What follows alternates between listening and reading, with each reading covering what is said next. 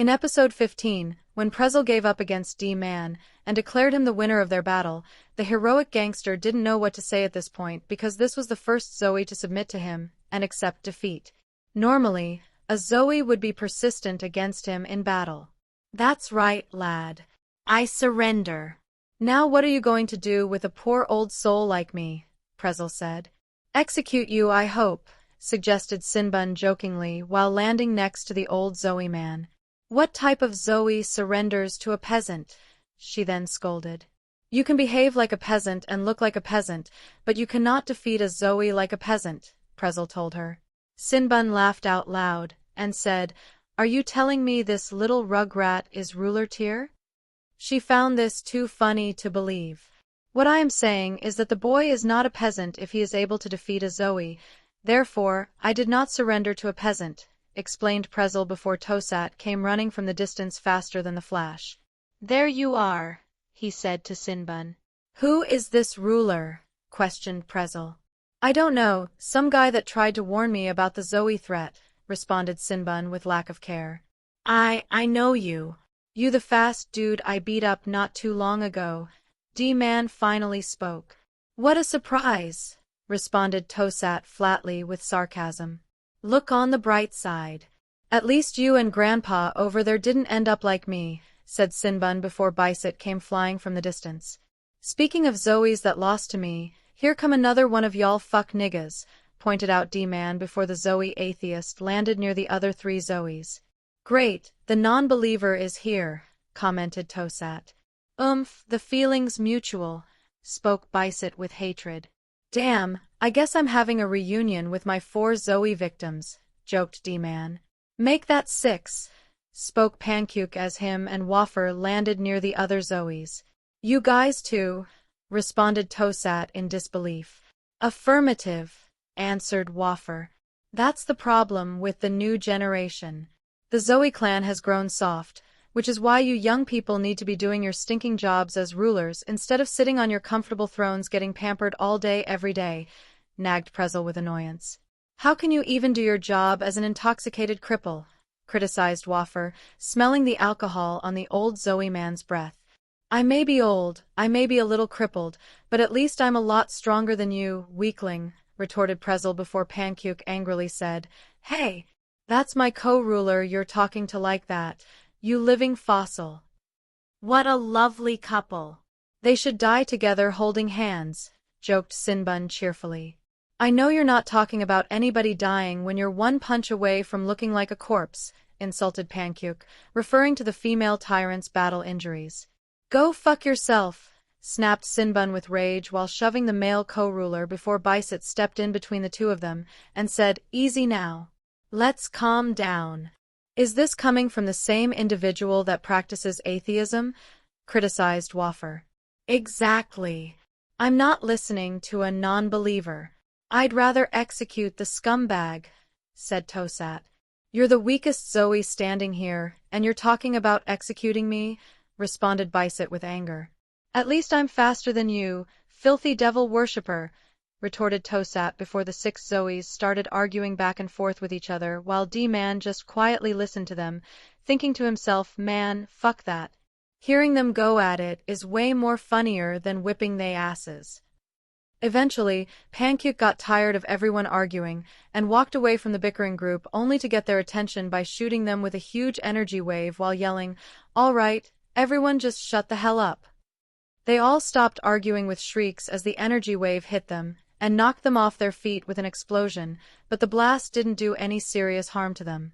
Startled beyond belief, Bicet, Prezel, Wafer, Tosat, and Sinbun began to stand back up while Pankyuk said, "Listen, we clearly hate each other, but we all have a lot in common. Each of us fought this Zoe threat, tried to execute him, and was defeated by him, so each of us should team up and take him down together." The other Zoes were a little surprised. "Are you saying the 6 of us should gang up on this Zoe threat?" questioned Tosat.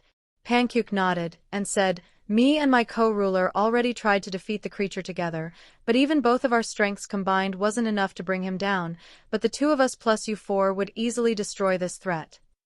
"He's right," responded Prezel while the others agreed. So is everyone on board? The six of us gang up on the Zoe threat, said Pankuk. Everyone nodded before the male co-ruler introduced himself. By the way, I'm Lord Pankuk, and over there is my co-ruler, Lord Wafer. Sinbun smiled big and cheerfully said, "It's always a pleasure to meet new Zoes, especially when it involves executing a peasant. I'm Lord Sinbun, that's Tosat, and this old pitiful alcoholic is Prezel. I'm sure everyone knows who I am, so let's skip my introduction and get down to business," said Bicet.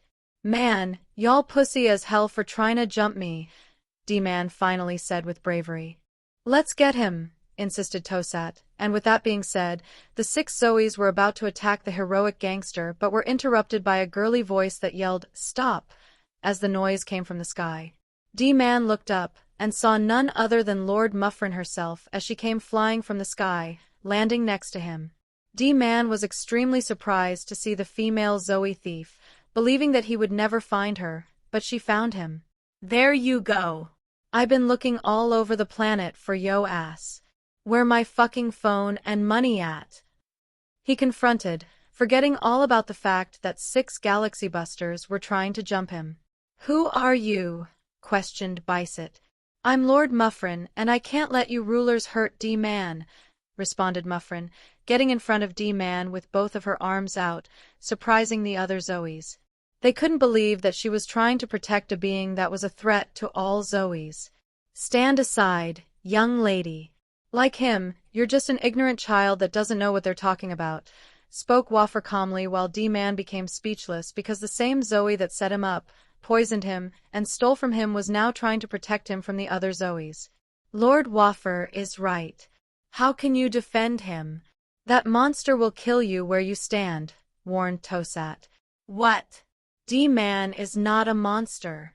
He can be a little aggressive and disrespectful at times, but once you get to know him better, he's actually very friendly," swore Muffrin before saying, "and besides, the Zoe threat should be our real problem, not him."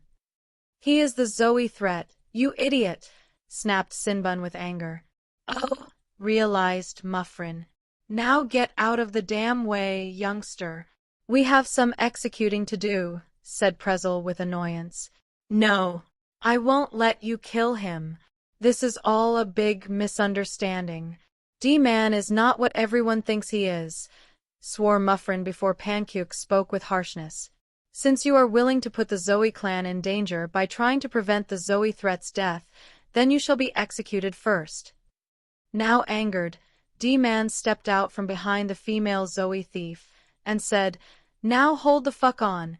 I don't care how serious the beef is between me and Muffrin. I'll help her whip all y'all asses before I let y'all murder her for no damn reason." Prezel pointed his cane at D-Man and said, "You and that traitor will both be defeated and executed by the 6 of us in the name of Lord Zoe."